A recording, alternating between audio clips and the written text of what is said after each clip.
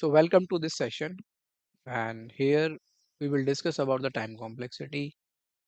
Why time complexity is important?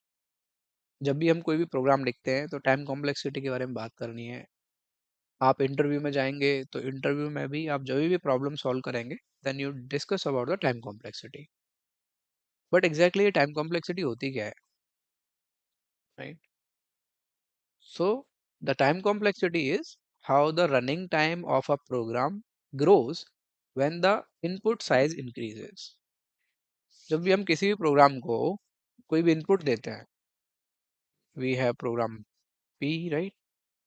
And अभी जो भी हमने इसको इनपुट फीड किए हैं, अगर उनका साइज ग्रो करता है, based on that the time complexity matters. It gross.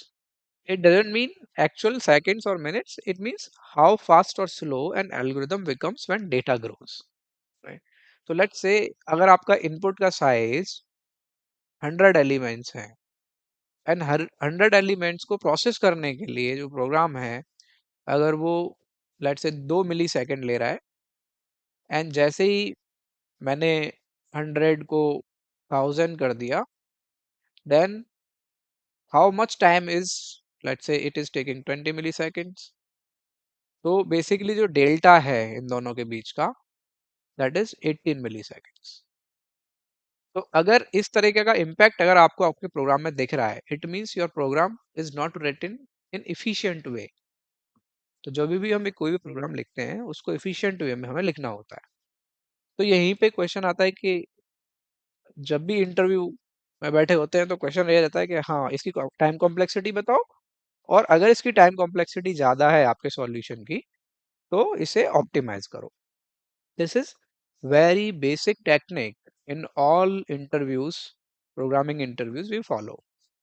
So why time complexity is important in AI/ML projects? When data is very large. So let's suppose your input file is 10 GB. अब हम लोग यहाँ पे बात 100 records 1000 records की बात नहीं कर रहे हैं, हम बात कर रहे हैं 10 GB की फाइल की. This is your file size. और इस फाइल को मेरे को लोड करना है अपने प्रोग्राम में, एंड देन उसके ऊपर कोई ऑपरेशन परफॉर्म करना है, and based on that I want to train my model. तो जो टाइम इसको लोड करके प्रोसेस करने में जितना टाइम लग रहा है, that is called turn around time for this particular use case, right? So the problem और the challenge in AI/ML is data is very large. 10 GB तो मैंने बहुत छोटा नंबर बोला है. टीबीज में होता है, 100 TB, 200 TB ऐसे डेटा रहता है. तो whenever your AI is writing code for you, that time also when you are reviewing the code, make sure the code is written in efficient manner. The time complexity should be less. This is the point. Next, slow code equals to wasted time plus resource. ये भी एक important top point है कि अगर आपका code slow होगा तो time तो वो वेस्ट कर ही रहा है, साथ में आपके रिसोर्सेज भी ले रहा है. रिसोर्सेज जैसे कि आपका CPU, राइट, या हार्डवेयर रिसोर्सेज. तो जो भी रिसोर्सेज जब यूज करता है हमारा प्रोग्राम, वो ज्यादा ले रहा है. जितने ज्यादा टाइम चलेगा उतना ज्यादा रिसोर्सेज लेगा. Then efficient code equals to faster models, better performance.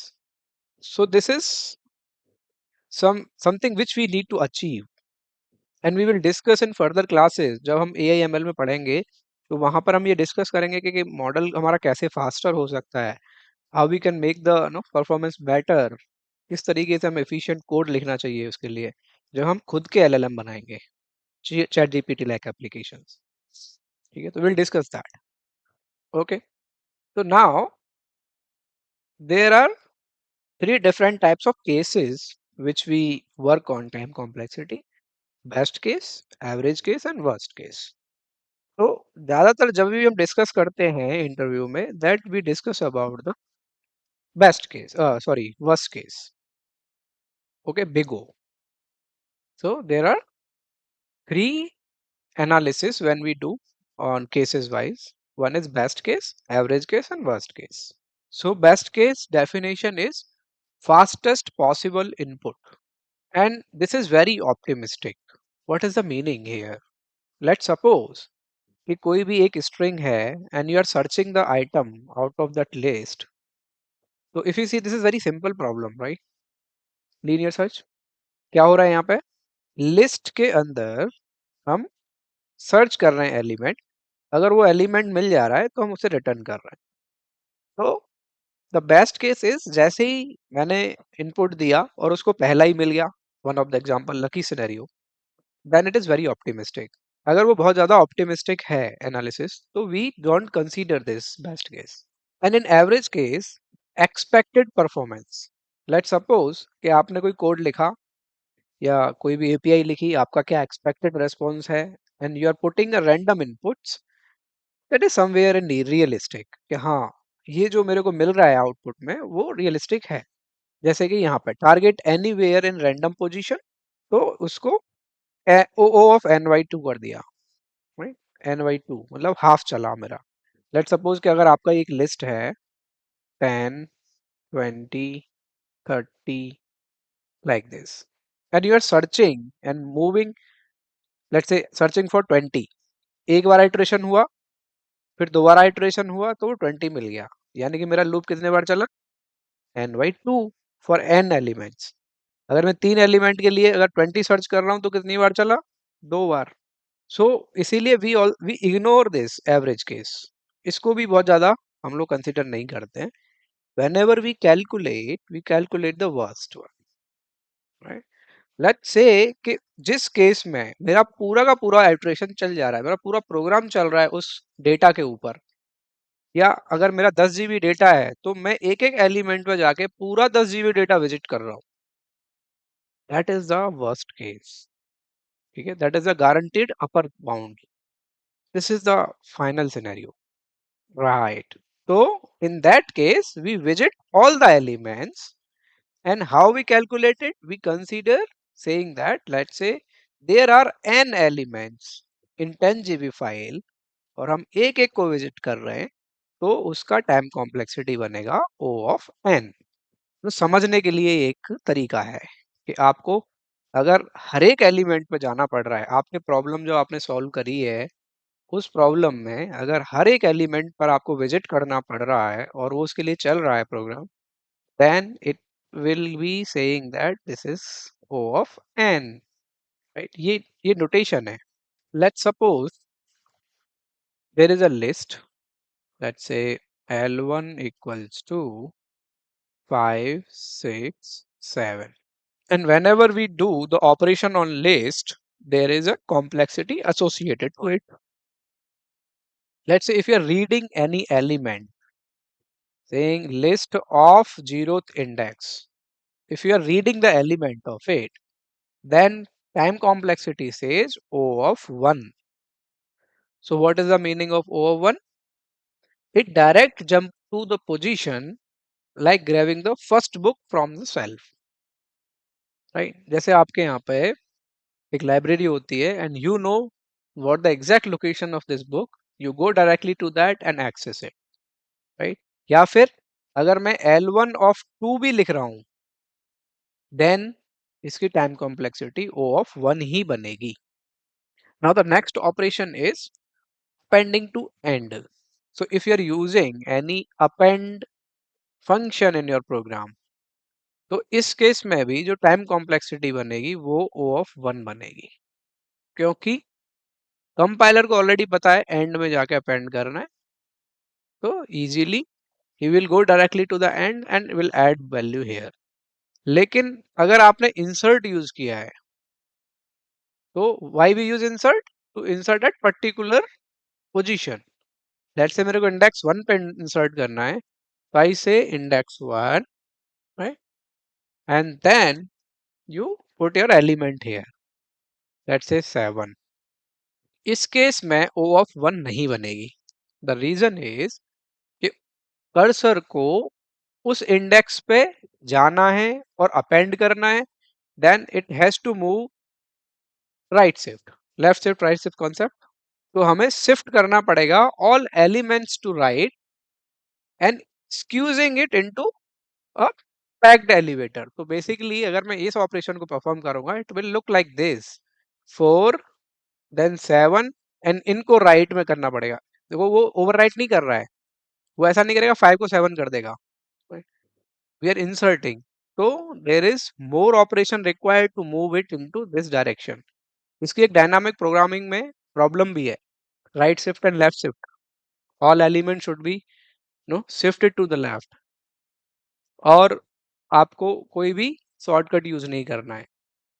तो उसमें क्या जाता है, ओ ऑफ एन, क्योंकि हर एक एलिमेंट को आपको विजिट करना ही पड़ गया एट द एंड, राइट। वैसा नहीं है कि एग्जैक्ट आपने उठा के स्लाइस किया और आगे लगा दिया। इंटरनली कंपाइलर हर एक एलिमेंट पे जाके उसको आगे बढ़ा रहा है।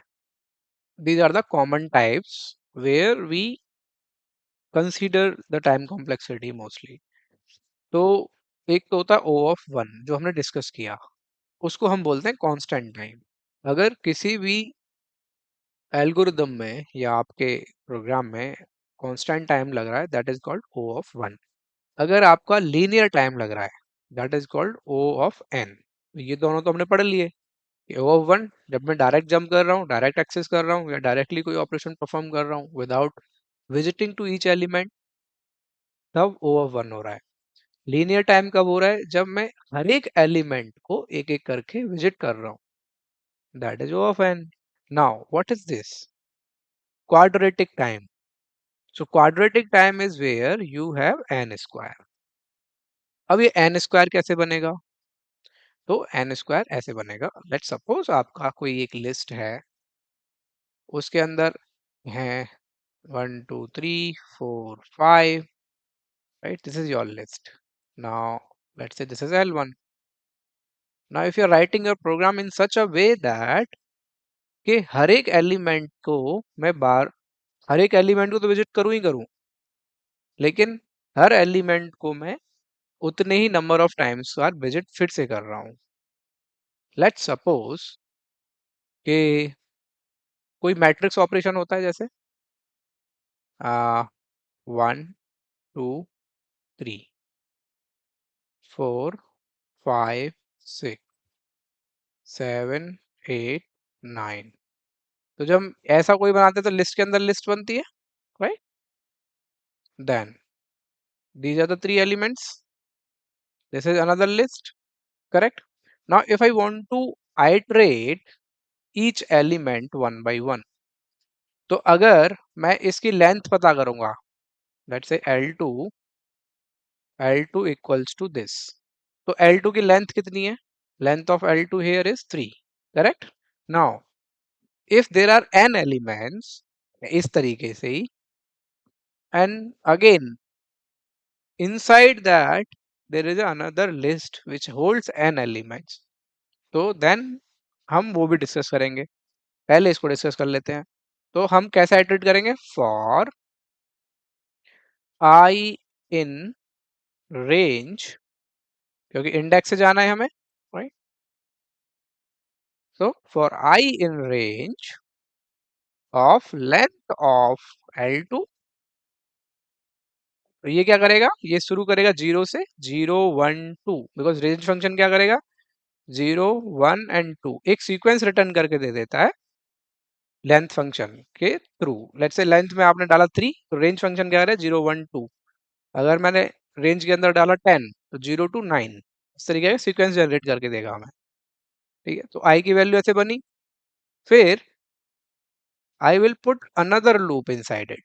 So for j in range of length of L2 of i,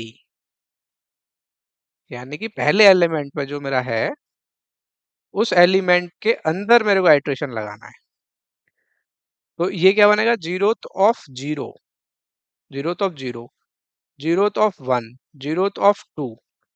तो जीरोथ क्या है यहाँ पे, zero row and first element, zeroth row first index element, zeroth row second index element, this is zeroth element. Then again row will change, so row column, row column, row column, right. Then 2 0, 2,1, 2,2। तो अगर हम इसको देखें तो total number element से 3, लेकिन मेरा loop कितनी बार चल रहा है? 9 बार, राइट। हर एलिमेंट के बाद 3-3 बार चल रहा है।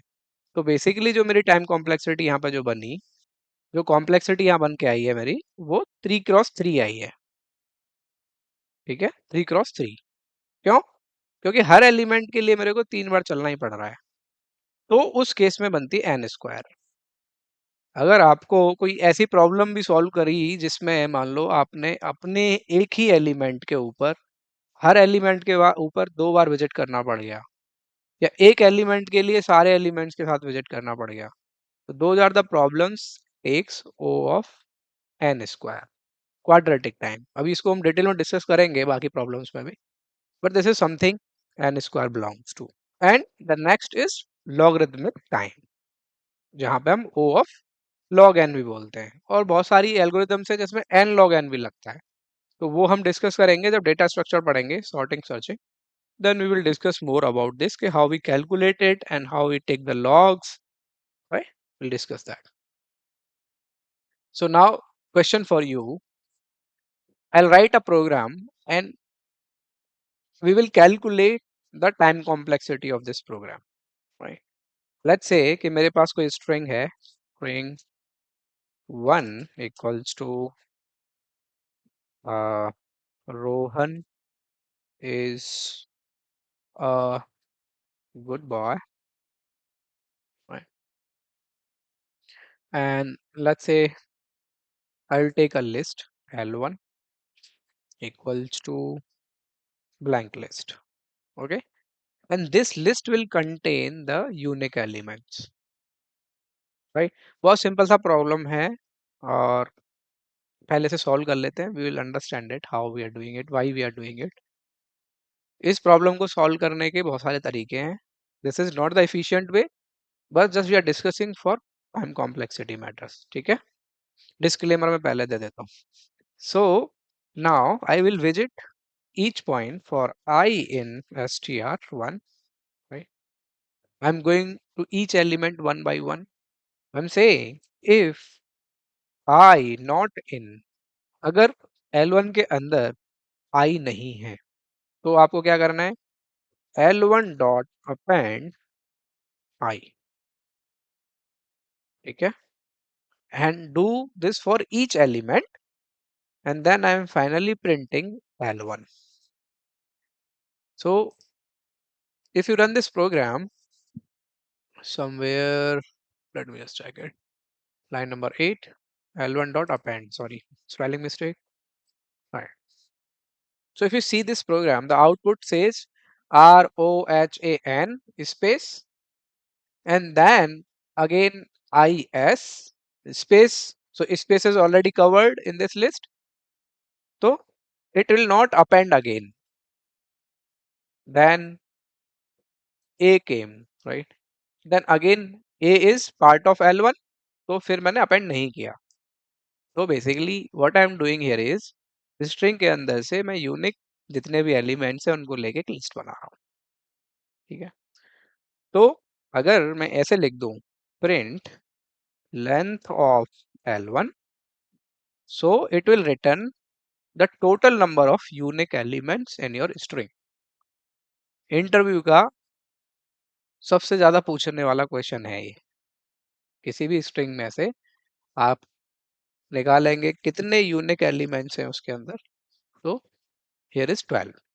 Okay, again, this is not the optimal solution, but just we are understanding here time complexity. Now, question for you, what is the time complexity of, okay, so how it works, आप जब इस loop को लगा रहे हो, तो आप string के अंदर हर एक एलिमेंट को आइटरेट कर रहे हो, तो यहाँ पे क्या बन गया? O of n, तो O of n, लेकिन हर एलिमेंट के लिए आप इन ऑपरेटर लगा रहे हो। यहाँ पे देखो लूप नहीं है, लेकिन इन ऑपरेटर तो है ना, जो चेक कर रहा है उसको हर एक एलिमेंट ट्रेवल करना ही पड़ रहा है। अगर आपने इन ऑपरेटर के बारे में पढ़ा हो, पिछली क्लास में हमने पढ़ा भी था, पिछली पिछली क्लास में, इन ऑपरेटर का टाइम कॉम्प्लेक्सिटी ऑफ एन होता है, क्योंकि वो हर एक एलिमेंट पे जाके विजिट कर रहा है, right. So this is something, if we consider the length of list L1 is also n, then it will say again n. So then for n element, so if you say for first element it will go n time, second element again n time, then for n elements how many time? N time. Then we are using append. So append का क्या रहता है? Question दिया था घर के लिए मैंने, O of 1, क्योंकि लास्ट में अपेंड कर रहा है वो, राइट। तो अगर मैं इनका पूरा का पूरा ये हम कैलकुलेट करें तो it will become an square, क्योंकि हर एलिमेंट के लिए एन टाइम चल रहा है। There is a string, string के अंदर एक पर्टिकुलर करेक्टर है ओ, उसका रेस्पेक्टिव इंडेक्स मेरे को चाहिए, यानी कि यहाँ पे टोटल ओ कितने हैं हमारे पास? चार, चारों का इंडेक्स चाहिए। तो how we can do that? So if you will apply directly for loop here for I in str1 and you say print I, it will print the elements, not index. To print the index or to get the index here, we have a range function, range. Then pass the length of string into range function. So what exactly range function will do? It will return a sequence of integers starting from 0 to the length you are passing. तो जो भी इसकी length है वहां तक -1, let's say इसकी length है, for example let me just print the length of this, length of str1, so length is 8, sorry, length is 19. So the sequence you will generate is from 0 to 18. Okay, means we are able to get the index of each element now. Our next thing will be like this: if str1 of I, अब ऐसे हमें पास करना पड़ेगा क्योंकि हम index के through values उसकी gate कर रहे हैं, इक्वल इक्वल ओ, अगर वो ओ है तो प्रिंट ओ और उसका इंडेक्स भी प्रिंट कर दो। तो आई भी मैं प्रिंट कर लेता हूँ, I comma O, right. So now what it will print? It will print first index पे ओ है, 12th इंडेक्स पे ओ है, 13th पे एंड 17th पे। Okay, so the time complexity of this solution is O of n. Why? Because we are iterating each element. So now let's take one example of matrix. Let's say आपके पास एक matrix है, 1 2 3 4 5 6 7 8, right? And let's say you have another matrix, this is M1 and this is M2. इसके पास में भी same number of elements है, लेकिन elements अलग अलग है, 10 20 30 40 50 50, sorry, 60 70 80, like this. Okay, now what we want is we should add each element of, like we are doing m1 plus m2 basically. Okay, m1 plus m2, the output will become here 11, 20 plus 2 22, 30 plus 3 33, 44 55 66 77 88, like that. So we have matrix like this. एक list के अंदर दूसरा list जो inner list है 1 2 3 4, then 4 5 6 8, then m2 has 10 20 30 40 as a one nested list, and this is another nested list. Now the expectation is it should add the elements. Your final m3 should look like adding the elements from 10 plus 1 11. So the expected outputs is, so now to achieve this output we will start iterating over m1. लेकिन उससे भी पहले हमें कुछ variables लेने पड़ेंगे जिनमें हम रिजल्ट स्टोर करेंगे. For example, this is my final output, out data, और let's say final final list. ठीक है, इसके अंदर फाइनल लिस्ट आएगा. Then for I in range of length of m1. Correct. Length कितना है यहाँ पे m1 का? 2, क्योंकि दो एलिमेंट है. तो रेंज क्या रिटर्न करेगा मेरे को? 0 एंड 1. इंडेक्स मिल जाएगा 0 एंड 1. ठीक है. देन अब मेरे को एक इनर लिस्ट भी चाहिए फाइनल लिस्ट में. आप देख रहे हो, जो फाइनल लिस्ट का जो आउटपुट है वो एक लिस्ट है बाहर और एक और लिस्ट है इसके अंदर. तो ये भी चाहिए मेरे को, तो मैं इसको इसके अंदर असाइन करूंगा ताकि मैं ऐसी लिस्ट क्रिएट कर सकूं. ओके. तो let's say inner list equal to blank ले लिया मैंने. ठीक है.